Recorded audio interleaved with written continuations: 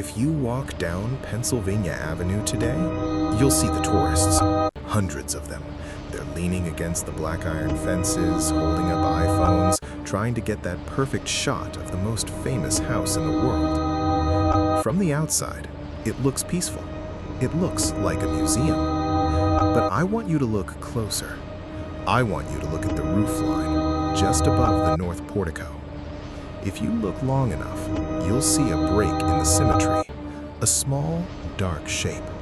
It doesn't move, it doesn't wave. That is a member of the Secret Service counter-sniper team. They are equipped with custom 300 Winchester Magnum rifles, and they have been watching you since you were 3 blocks away. But here is the secret most people miss. Those snipers are the polite part of the security. They are visible because they are meant to be a deterrent. They are the psychological layer. The real security? The stuff that makes this the most secured house on the planet? You can't see it. You can't hear it. And for the most part, we aren't even supposed to know it exists. Today, we are going inside the black box. We're peeling back the layers of 1600 Pennsylvania Avenue, from the seismic sensors in the grass to the missile batteries on the neighboring rooftops, all the way down to the nuclear-hardened city buried deep beneath the West Wing. This isn't just about a house. This is about the physics of protection.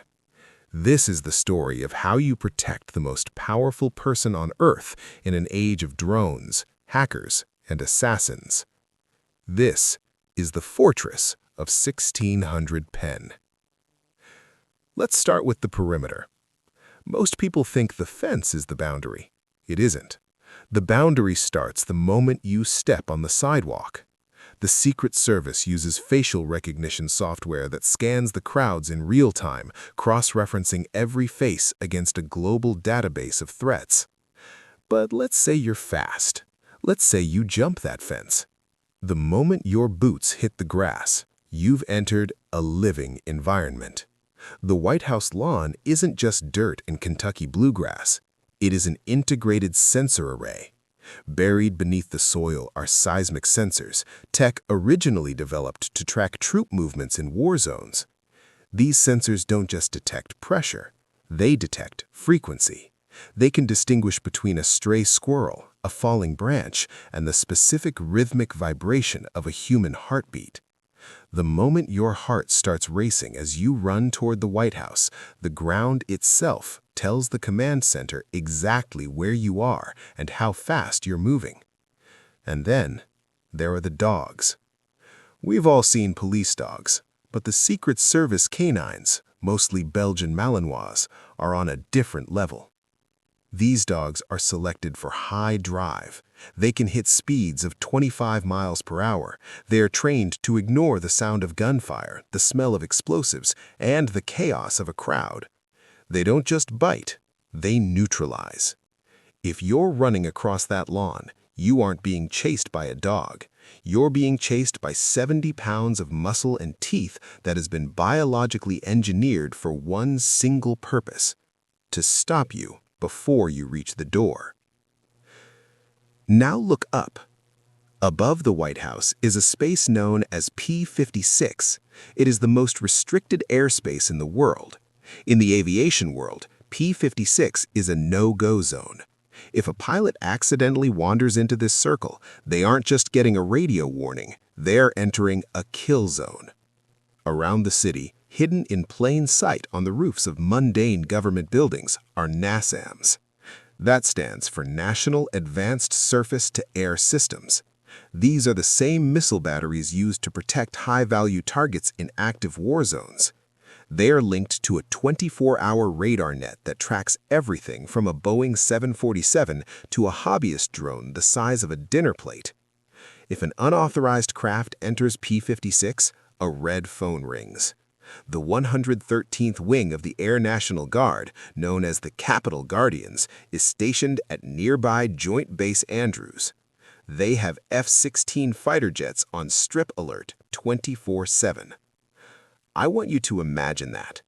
You're a pilot who made a wrong turn, and suddenly you have two F-16s on your wing, and a missile battery in a neighboring office building has a digital lock on your engines.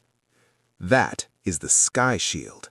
It is a dome of invisible iron that surrounds the president at all times. But here's the twist. The moment the invincibility myth shattered. September 19th, 2014. A man named Omar Gonzalez jumped the north fence. Now, based on everything I just told you, he should have been stopped in seconds. The sensors should have tripped, the dogs should have been released, and the snipers should have been in their sights. But they didn't. Gonzalez didn't just jump the fence. He sprinted 70 yards across the lawn. He reached the north portico. He turned the handle on the front door, which was unlocked, and he ran inside. He ran past the stairs that lead to the president's living quarters. He tackled a Secret Service agent. He made it all the way into the East Room before he was finally taken down. He had a folding knife in his pocket. The president and his family had left the building only minutes earlier. If they had been there, the history of the United States could have changed in a hallway. This breach sent shockwaves through the intelligence community. How did a man with a knife bypass $1 billion worth of technology? The answer was human error. The alarms had been muted because they were too sensitive. The dogs weren't released because the handler thought the man was unarmed. The White House was a fortress, but it was a fortress run by people, and people make mistakes. But the Secret Service doesn't like making the same mistake twice.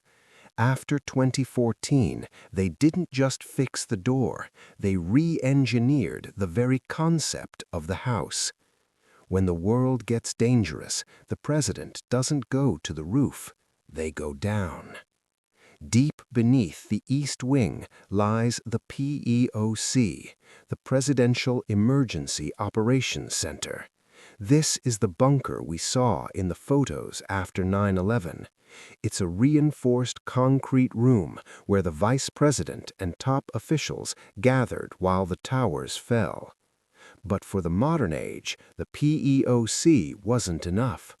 After 2014, and specifically during the 2020 protests, a massive construction project began under the North Lawn. For months, giant white tarps covered the excavation. They called it utility work, but insiders call it the Big Dig. They built a massive, multi-story underground complex. We're talking about a nuclear-hardened facility that can withstand a direct hit from a megaton-class warhead. It has its own air filtration system to scrub out chemical and biological agents. It has its own power grid. It has enough food and medical supplies to keep the executive branch of the government alive for months without ever seeing the sun. This isn't a room, it's a subterranean city. When you see the president standing in the Rose Garden, you are seeing a tiny fraction of the White House. The real White House, the resilient, unbreakable heart of the American government, is buried under 50 feet of concrete and steel. There is a final layer to this security that we don't talk about enough, the psychological layer. Why do we even have a White House that is visible from the street? Why not move the president to a windowless concrete box in the middle of a desert? Because the White House is a symbol. Its vulnerability is its strength. By allowing the public to see it, the government is projecting a sense of unshakable stability. The security is designed to be a graded response. Level 1 is the fence. It's a suggestion.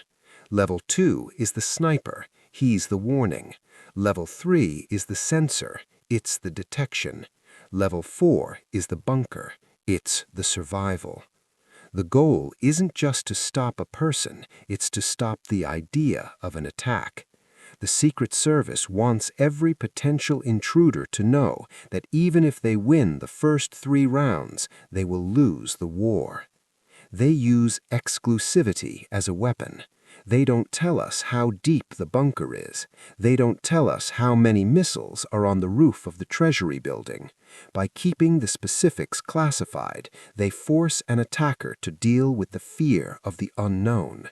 And in the world of security, the unknown is the most powerful weapon you have.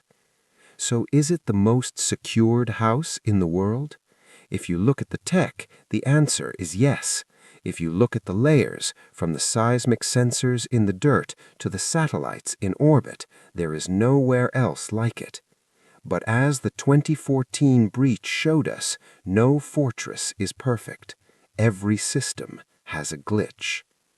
As you finish this episode, I want you to think about that silhouette on the roof again, the man who never moves.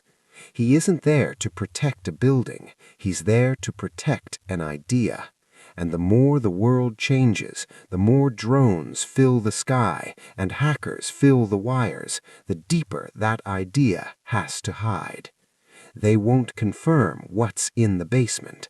They won't tell us what's in the sky. All we know is that the White House we see is just a shell. The real White House, it's something else entirely. It's invisible, it's underground, and it is always, always watching. To expand this further into a full 5,000-word experience, you would insert historical deep dives between these chapters. 1. The 1814 burning, how the British burning the White House led to the first real security obsession. 2. The Cold War era, how JFK and Truman began the bunker age. 3. The 9/11 response, a minute-by-minute account of how the security woke up when the planes hit the towers. 4. Modern cyber warfare, a chapter on how the White House protects its digital perimeter from hackers.